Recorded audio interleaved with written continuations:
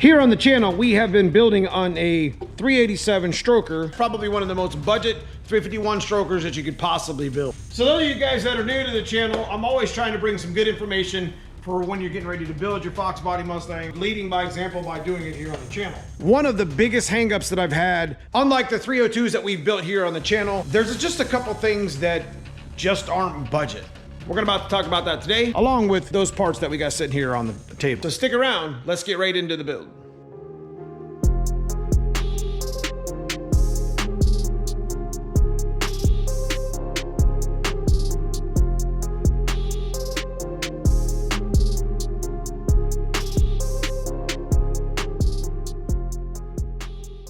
When you're talking about a small block Ford 351 Windsor versus a small block 302 or 8.2 deck motor, there's one thing when you're doing your build that's really gonna kind of get you caught up when it comes to a budget. For the most part, we've actually built this engine pretty budget. We had some machine work done to it, found some old cylinder heads from a buddy of ours that are sitting in the corner. Matter of fact, these are so old that these used to have an Anderson Ford Motorsports stamp on them from Trickflow 170s. So we don't have a whole lot of money in this stroker motor build, but one of the things that we've had the biggest issue with recently is the intake.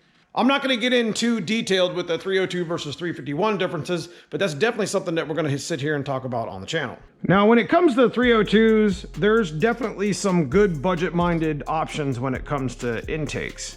Whereas the 351 Windsor, there's really not a whole lot of options outside of buying something aftermarket. We have a Trickflow Box R, which also works with the R series upper long runner. And we also run that Box R right here on our 8.2 deck 363 stroker. So it's a very good intake. It's one of my favorites that I've used thus far. But when it comes to budget and trying to build a budget-minded 351 Windsor, there's really not a whole lot of options out there for an intake for your build. And the difference between a 351 Windsor and a 302 Windsor intake is the lower intake. Since the 351 Windsor is a 9.5 deck motor, and a 302 is an 8.2 deck motor, which means the actual deck height here, and the motor's physically wider and larger. There really wasn't anything out there would give you an aftermarket kind of budget performance setup. I mean, you could always go with an old school carburetor, get a single plane or a dual plane like a Super Vic, and you could just simply run a carbureted setup, and that's kind of a budget idea for a 351 Windsor. A couple options with the 302 is the Cobra intake, which you could probably pull for, you know, 400 bucks. Or you could go to the junkyard and get yourself an old school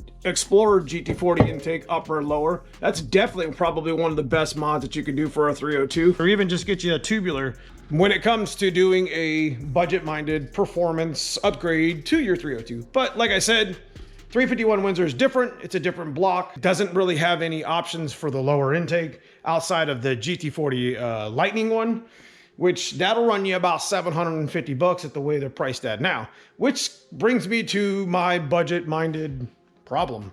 Again, like I said, I could just buy a $250, $300 carbureted intake and just throw one of the carburetors that I have on it. Much like I spoke about earlier, and I ain't got no problem with carburetors, but we're gonna run fuel injection on this setup. It's going in my black car that's already fuel injection, and we're not gonna convert it to carburetor at this time. So we have to consider what our fuel injection intake options are at this point. This whole build has been the basis of using some of the parts that we have on the shelf here in the shop. Built this engine from spare parts that we had from other engine builds or part outs. So I guess one of the number one things I want to bring to this video is if you're getting ready to do a 351 Windsor swap in your fox body Mustang from a 302, which just so happens to be one of the better swaps that you can do, bang for buck. There's definitely nothing wrong with picking up an old 351 Windsor from a Bronco or a truck from the junkyard, boneyard, cleaning it up, freshening it up, removing all of the front accessories, converting them to fox body from the 302, which may require a couple bracket modifications. But for the most part, the biggest hangup you're gonna have is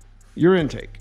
Real quick, I got a video that we made 302 versus 351 differences. A lot of good information in there, over 400 comments of variations and differences between the two engines. I highly encourage you to check that one out. It's right here on the card. If you click on the video, it'll take you right to it. For the most part, for you guys that are still kind of like new to the genre, the 302, 351 Windsor builds, let me go through real quick some of the things off the hip, not all of them. Couple items that you may need to be changing, may be looking for, that may make your swap a little bit cheaper.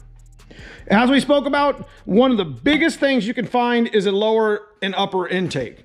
If you're staying with a fuel injection, 100%, you're already way ahead of the game if you're getting ready to do a 351 Windsor swap, just finding that item alone. Now, if you're converting your 302 out of your Fox body to a 351, things like your distributor, your header selections that you do, long tube and short. Also, don't forget manual and automatic transmissions on log tubes are a little bit different too. Your balancer is going to be a different size because 351 Windsor is a 28 ounce external imbalance. You're going to have to pick up another 351 Windsor based oil pan. There is a Junkyard option for that. I think it's in like a Lincoln or something. Somebody comment below, let me know what that is.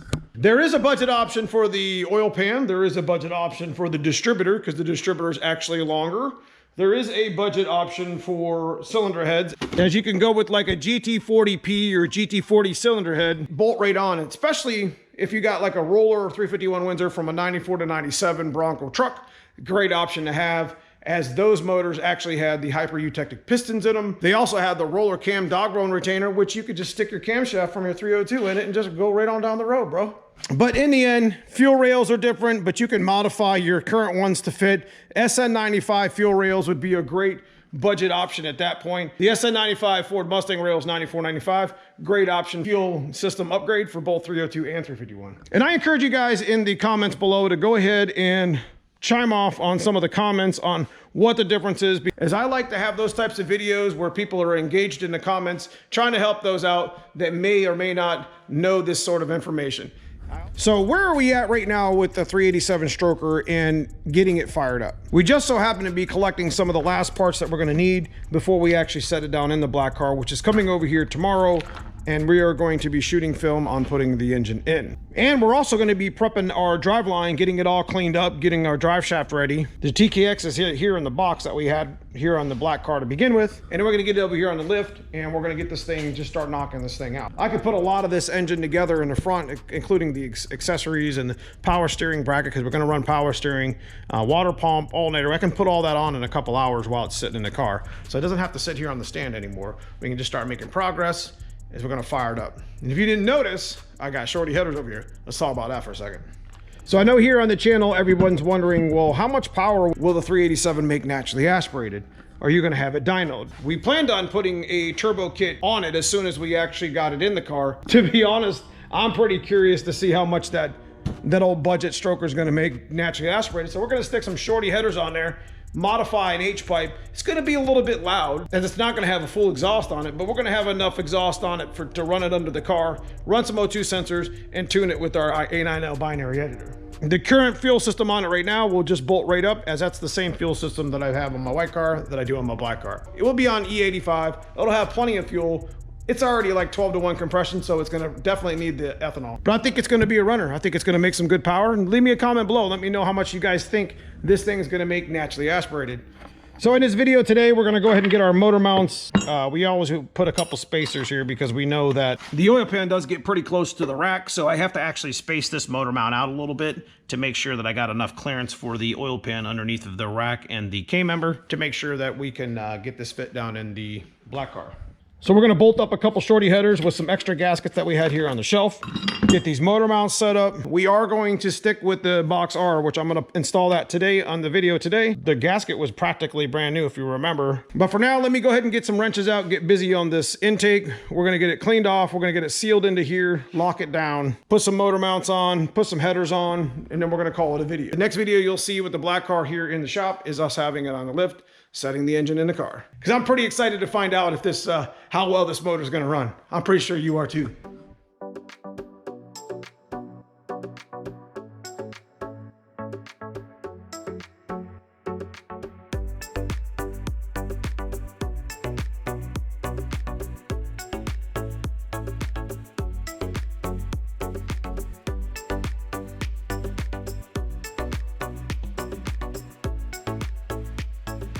Now, considering we had just changed this intake gasket 408 when we figured out that the camshaft was about to shear, we're just going to go ahead and clean up the gasket surfaces and put some gasket sealer on it and just put it on. I mean, I'm not going to reinvent the wheel here. I mean, this thing is a budget build, so we're just going to use some old gaskets that are practically new and just go ahead and seal this intake right on down on this engine.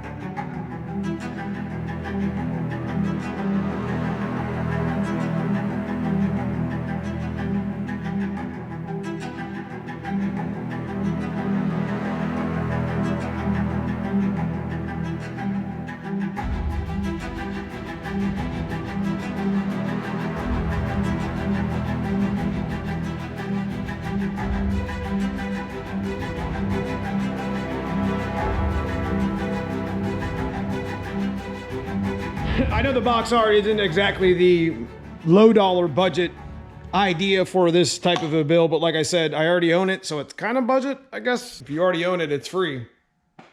Got to do what we got to do with this one. The R series, if we get a chance to get an R series, maybe do like a little shootout on the channel with the black car with the R series versus the box R. That would be kind of a cool dyno video. But next, we're going to go ahead and get the shorty headers on. I'm not going to really glue them in because we're not going to keep them in there very long. And unlike our turbo flanges, they're all individual. So these are kind of reusable. So we've had these for a while, the copper mystery gasket, header gaskets. We're just going to go ahead and slam these on real quick. And then the last thing we'll do is the motor mounts, which will prep us for block install.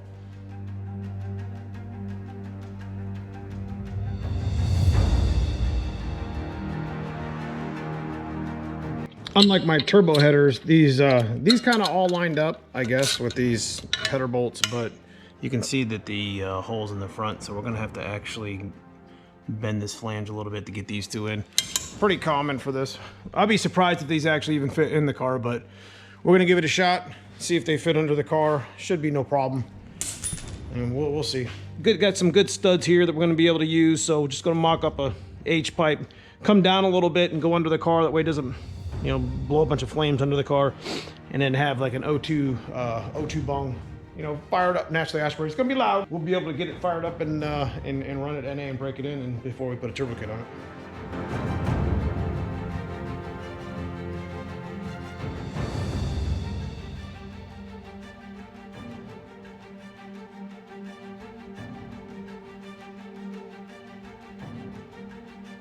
Thanks to the old crowbar and this little notch right here on the block, I was able to manipulate this tube, little crowbar, to get these last couple in. This is what happens when they headers sit for, I don't even know how long I've owned these headers, but we're gonna lock all these down, go back to the other side, put the last two header bolts on, do the motor mounts. We'll talk towards the end here in the video and let you guys know the timeline.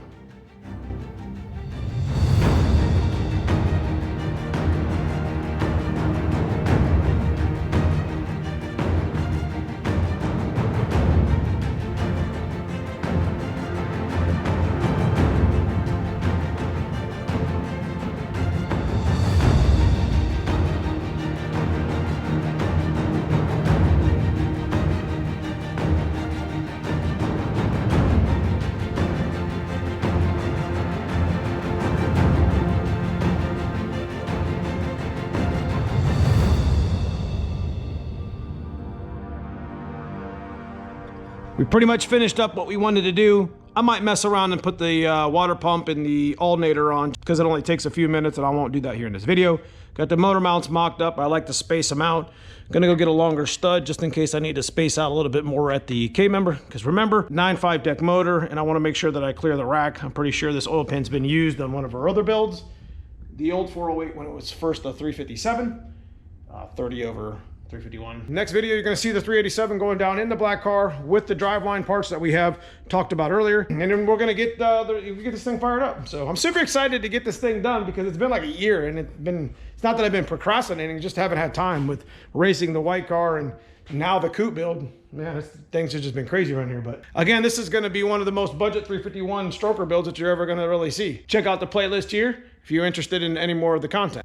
You know, once again, 351 Windsor, probably one of the best bang for buck swaps that you can do on a Fox body. But it's not necessarily cheap, but there are a lot of budget-minded things that you can do to kind of help with the cost of doing the swap. So make sure you guys comment below, let me know what some of those things are that you know about when you're swapping over a 351 Windsor, as I like to bring as much content to the channel and as much knowledge to my channel as I can. So guys, if you just enjoy this sort of content, just leave me a thumbs up. Consider subscribing to the channel if you haven't already.